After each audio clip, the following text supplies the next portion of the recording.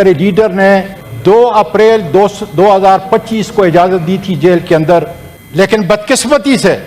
اندرونی اور بیرونی عوامل، میرا یہ خیال ہے کہ پاکستان کا بچہ بچہ ان عوامل کو جانتا ہے، اس کو بات چیت کو ڈیل کے نام سے اس کو ڈیریل کیا گیا، اور آج حالت یہ ہے 8-9 مہینے کے بعد میرے خان نے اچکزئی صاحب کو اور علامہ صاحب کو وہی جو فرض سونپا ہے، جس کا آج رانا صاحب نے بڑی تفصیل سے بات کی، علامہ صاحب نے بڑی تفصیل سے بات کی، یہ ہماری شہرگ ہے، اس پہ چل کر ہم ان ایوانوں کی قدر کو آگے بڑھا سکتے ہیں۔ اگر آج کا دن نہ ہوتا میں تقریر نہ کرتا جناب علی، اس لیے 2003 سے لے کر ملکی اور ملی معاملات پر ہمیشہ میں نے بلا خوف و خطر بات کی اور اس کی قیمت بھی ادا کی، لیکن آج سے پہلے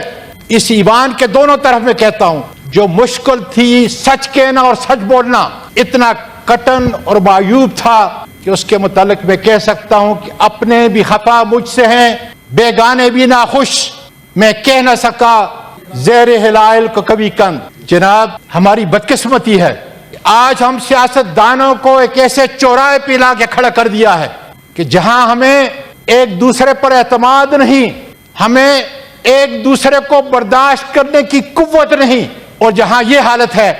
تو دوسری طرف ہمارا ملک اندرونی اور بیرونی خطرات سے اس طرح جکڑا ہوا ہے، سامنے ہمیں نظر آ رہا ہے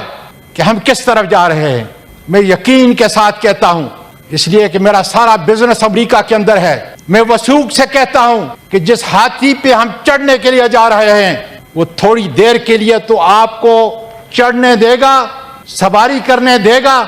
لیکن اس کے بعد اس کو اپنے پاؤں کے نیچے روندے گا، جس طرح اس نے صدام کو روندا،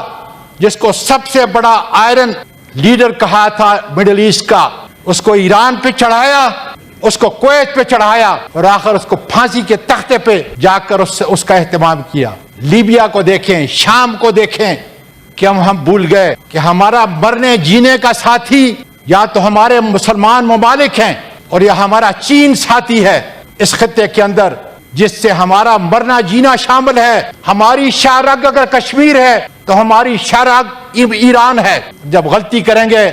تو پھر بہت دیر ہو جائے گی، پہلے ہی ہم نے مشرقی پاکستان کو کھو چکے ہیں۔ آج میں نے وعدہ کیا ہے کہ اختصار کے ساتھ بات کروں گا، لیکن دیکھ لیں عمران خان ایک حقیقت ہے، وہ جیل کی سلاخوں کے پیچھے ہے، اس کے اصلی، میں پھر کہتا ہوں، اس کے اصلی رفقائے کار جیلوں کی سلاخوں کے اندر ہیں۔ کچھ جو ان ایوانوں کے اندر بیٹھے ہوئے تھے ان کو 5 سے 40 سال تک سزا ہو چکی، ان کو ان ایوانوں سے، سینٹ سے، قومی اسمبلی سے، صوبائی اسمبلی سے نکالا جا چکا، اور کچھ میری طرح 104 مقدمے پاکستان کے طول و عرض کے اندر ان کا سامنا کر رہے ہیں۔ میں ان سب کو عقیدت کا سلام پیش کرتا ہوں، اس لیے کہ ہماری حقیقی آزادی کے لیے،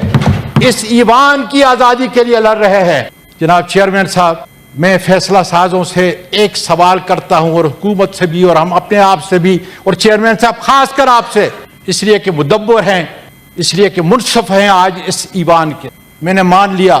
کہ عمران خان اس ہائبرڈ نظام کے لیے بہت بڑا خطرہ ہے، لیکن میں پوچھنا چاہتا ہوں ان فیصلہ سازوں سے کہ پاکستان جس بحران کے اندر مبتلا ہے، کیا اسی بحران کے اندر اس کو چھوڑنا عقل مندی اور دانش مندی ہے؟ اور میں یقین سے کہہ سکتا ہوں کہ نہیں، اس لیے کہ یہ ملک بڑی قربانیوں کے بعد لا الہ الا اللہ محمد الرسول اللہ کے نام پہ حاصل کیا گیا۔ مجھے فیصلہ سازوں کی خلب و وطنی بھی کوئی شک نہیں، لیکن آج ایک سوال ان کے لیے چھوڑتا ہوں جو حقیقت پہ مبنی ہے کہ آؤ ہمیں سب کو بٹھا کر ایک سمت کا تعین کرو، ایک دوسرے کو گلے لگانے سے آپ پہل کرو، قانون اور آئین میں پہل کرو، پھر دیکھو میرا پاکستان اور اس کی منزل کتنے قریب آتی ہے۔ تو جو کراچی کا واقعہ ہوا ہے گل پلازے کا، محترم ڈپٹی اسپیکر صاحب، اس کو ہم نے پولیٹیکل پوائنٹ سکورنگ کا ذریعہ نہیں بنانا۔ This is an occurrence which could have, God forbid, happened in Lahore, Peshawar, Quetta, Faisalabad اور اسلام آباد، anywhere۔ یہ ہمارے معاشرے کا المیہ ہے کہ ایک واقعہ ہوتا ہے، اس ایوان میں ہم اس پہ چیختے چلاتے ہیں، میڈیا اس پہ 2 روز بریکنگ نیوز چلاتا ہے اور تیسرے روز اس کو ہم بھول جاتے ہیں ایک نئے حادثے ہونے تک. یہ جو ہمارے کراچی میں رہنے والے پاکستانی شہید ہوئے ہیں، سب سے پہلے تو ان کی مغفرت کے لیے دعا ہے کہ اللہ ان کی مغفرت فرمائے. ان کے جو لواحقین ہیں اللہ ان کو صبر جمیل دے. اور اس کے ساتھ ساتھ میں بطور ممبر قومی اسمبلی، کیونکہ میں بھی ایک وقت میں حکومت کا حصہ رہا اور آج بھی ایک لحاظ سے صوبائی حکومت ہونے کی وجہ سے حکومت کا کسی نہ کسی طریقے سے حصہ ہوں، اللہ سے مغفرت کی دعا ہے کہ اللہ جہاں ہماری کوئی کوتاہی ہے، جہاں ہم کوئی لیجسلیشن پاس کر سکتے تھے، کوئی انتظامی فیصلہ کر سکتے تھے، اور اگر ہماری کسی کوتاہی کی وجہ سے یہ آگ پھیل گئی یا یہ نہ پھیلتی، اگر ہم بر وقت فیصلے کر لیتے، اللہ ہماری مغفرت فرمائے. لیکن اب اس واقعے سے اسپیکر صاحب آپ کی توجہ چاہتا ہوں. میں 2 منٹ بات آپ نے خود ہی کہا ہے. آپ سے توجہ اس بات پہ چاہتا ہوں کہ ایک تو اس صوبے میں آپ کی حکومت رہی ہے پچھلے تقریباً 17 یا 18 سال،